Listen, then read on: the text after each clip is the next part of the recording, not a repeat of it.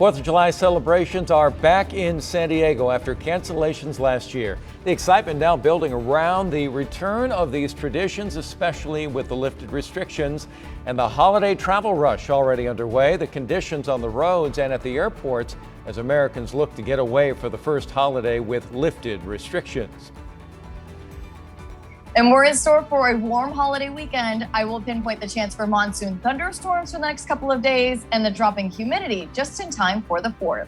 ABC 10 News at 11 starts now. ABC 10 News at 11 starts now. It is set to be a big 4th of July weekend in our county. On top of the restrictions being lifted, it's the first time in more than a year that some of San Diego's 4th of July traditions are back. And we're taking a look at the celebration in Coronado and the return of the Big Bay Boom. And we're also looking at the big travel rush as San Diego is one of the top destinations this holiday weekend. Now, at first, we want to get to how the weather is shaping up for this holiday weekend. Let's get right out to Megan Perry and get a check on that. Hello, Megan. Hey, Jim. Happy 4th of July weekend, everybody. We have made it to the holiday, and it is going to be a nice one. Let's show you what's going on outside because some areas along our coast, well, it's still cloudy. As we look at the gloomy skies over Del Mar, El Cajon, and our inland neighborhoods are clear. But these are the clouds that are headed our way. Just to the south and to the east of us, you can see all this thunderstorm activity farther to the south. That's the monsoon moisture. It is going to be pumping in as we head into this afternoon, so it's going to be feeling a bit more muggy. Not only today, but into tomorrow with a very slight chance for some of those thunderstorms to form over our mountain areas. Nice along our coast. In fact, quite cool for some areas in the 60s, 70s for Oceanside and in downtown, 80s in Ramona and Alpine. Both of those areas I am forecasting 90s today, already in the 90s in Warner Springs and in Campo. Temperatures will mostly be in the low to mid 70s along our coastline today, 80s inland, near 90 in the mountains, and about 108 in our desert communities. And a quick look at your 4th of July fireworks forecast. It's going to be nice. We could see some marine layer clouds come in, but they will be above the fireworks shows. Temperatures very nice in the 70s and 60s, really kind of no matter where you are. But always have to remind you, keep your pets in mind. Don't bring them to the fireworks show. Put them in a safe area with treats and light music, something to distract them from the fireworks noise. And of course, I will have a look at when that monsoon moisture is going to return in your full forecast. Jim? And that is a very friendly looking dog, by the way. Very cutie. The excitement building around this holiday weekend. It's one of the first holidays San Diegans will get to celebrate with the lifted coronavirus restrictions. Also, the first time some of the 4th of July traditions are back after more than a year. One of the hot spots to catch the celebration this weekend will be in Coronado. The annual Independence Day Parade is back after it was canceled because of the pandemic. ABC 10 News reporter Marie Cornell joins us live there. Marie, a lot of people excited about the return of events like this. Yeah, Jim, so some of the people we talked to say there's a sense of normalcy that has returned. You see behind me, the riser is already up, set up for this weekend's parade. But also on the flip side, you have businesses that are also excited to get more foot traffic. The spirit of the 4th of July is all over Coronado Island, from the store window fronts to the flags and also the banners. A glimpse of normalcy that many tourists have been searching for. Feels great. The atmosphere, everyone's so kind over here. It's a great place to be. And for John and his two brothers, Nilo and Miko, they're also happy to hear the annual 4th of July parade is back this year. I'm going to see a parade for the first time in a while. It was canceled last year because of the pandemic. It's one of the largest events in Coronado that draws crowds of people. Great news for businesses like Trident Coffee. Manager Samantha Smith says things are starting to pick up and they're seeing more than just the regulars pop in. It's definitely bringing in more business overall, as well as the locals, so that's a good thing for us. And she's hoping the return of big events like this Independence Day Parade means even more foot traffic in the area. I think people are just excited to be outside and just be out in the sun and explore. They're kind of over the whole staying inside, and especially now people being vaccinated, they're more open to being around others and socializing. Here in Coronado, aside from the parade, there's also a run scheduled as well as a fireworks show over the weekend. We're live from Coronado, Marie Cornell, ABC 10 News. Marie, thank you very much. Well, the excitement also building around the Big Bay Boom, which is back for the first time since 2019. Crews started preparing the 4 barges where the fireworks will be launched. Come Sunday, there will be more than 5,000 fireworks ready to go. Man behind the show says this year will be better than ever. Big Bay Boom starts at 9 p.m. Sunday, the 4th of July. Holiday travel rush has begun. Let's give you a live look now in Los Angeles at LAX, where you can see all the cars heading in there. Wow, that's a lot of people. And the people at the airport. Travel experts say traffic on the roads and at the airports expected to exceed pre-pandemic levels. ABC's Andrea Fujii explains on top of the traffic headache today, there's been some trouble at some airports. This morning, millions across the country are preparing to celebrate America's independence and America's reopening. The travel rush already off to a rocky start as airlines cancel flights due to bad weather and a post-pandemic worker shortage. American Airlines canceled 13 flights in and out of Charlotte this week, reportedly because they had no crew to fly the planes, frustrating this traveler who missed her connecting flight. I'm tired, I'm cranky, I'm hungry.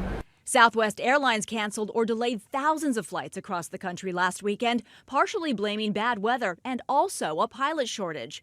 Pilots blamed the airlines for not being prepared after laying off thousands of employees during the pandemic, even while getting billions of dollars in COVID relief funds from the government. It's 12 to 15 months once you lay a pilot off before you get the whole operation running again. A year ago, we were canceling flights because we didn't have enough passengers, and now we're canceling flights because we don't have enough pilots. How did that happen? It's unacceptable. Most Americans are expected to travel by car this weekend, just as gas prices hit a 7-year high, now averaging $3.12 a gallon nationwide. These 4 states are seeing the steepest price increases: Utah, Indiana, Oregon, and Washington. And when it comes to traffic, AAA says drivers on Highway 17 near San Francisco can expect congestion to be 340% worse than usual. About the same on I-95 near Boston, 330% worse than usual. People should be expecting that the empty roads of the past year are kind of over.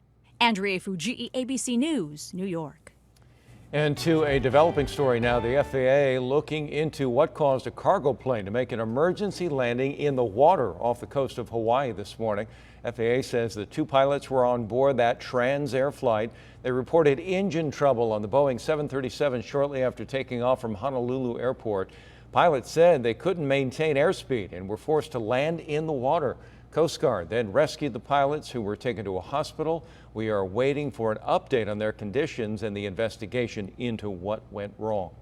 Well, police are searching for a gunman after an overnight shooting in Normal Heights. They say they're looking for a black man about 6 feet tall with a beard, last seen wearing a blue hat and blue shirt. Police say he was running down an alley and fired at least 4 shots after he was approached by people asking him what was going on. About half hour later, there was a home invasion at an apartment just a few blocks away. Now, luckily, no one was hurt. Police are still on the lookout for that suspect. Another grim update this morning in the search and rescue efforts at the collapsed building in Surfside, Florida. Rescue crews announcing that 2 more bodies were pulled from that rubble, and that raises the number of people killed officially to 20. The search for survivors continuing today after it was paused yesterday. And as ABC's Morgan Norwood explains, officials are now faced with a new dilemma. Search teams once again digging through the debris after stability concerns shut down the operation for much of the day Thursday. At the site, a heartbreaking discovery. Last night we did discover 2 additional victims. Tragically, one of those victims was the 7-year-old daughter of a City of Miami firefighter. Officials are now considering demolishing the rest of the building while still continuing the search. This as Hurricane Elsa advances towards Florida. We don't know exactly the track that it's going to take. It is possible that we could see tropical force winds as early as Sunday night in southern Florida. And so we're actively monitoring the situation. Meanwhile, new video captured by a neighbor showing the minutes after the Surfside condo collapse. I think he's alive and hopefully he's gonna survive. The air thick with dust as survivors in the remaining portion of Champlain Tower South cry out for help. Now, 8 days later, officials identifying another person recovered from the rubble, 80-year-old Magali Elena Delgado. President Biden visiting with grieving family members, spending hours listening to their stories and offering comfort. Our message today is that we're here for you as one nation, as one nation. The National Institute of Standards and Technology continuing its investigation into the collapse. These concrete slabs taken to a lab for analysis. Biden encouraging exhausted rescue workers and first responders on the ground. The job you do is incredible. And as we head into the holiday weekend, Miami Beach canceling its 4th of July celebrations out of respect for the Surfside victims. Morgan Norwood, ABC News, Miami Beach, Florida. Prosecutors have outlined charges in connection with a 15-year tax scheme involving former President Trump's company and its top financial advisor, Alan Weisselberg.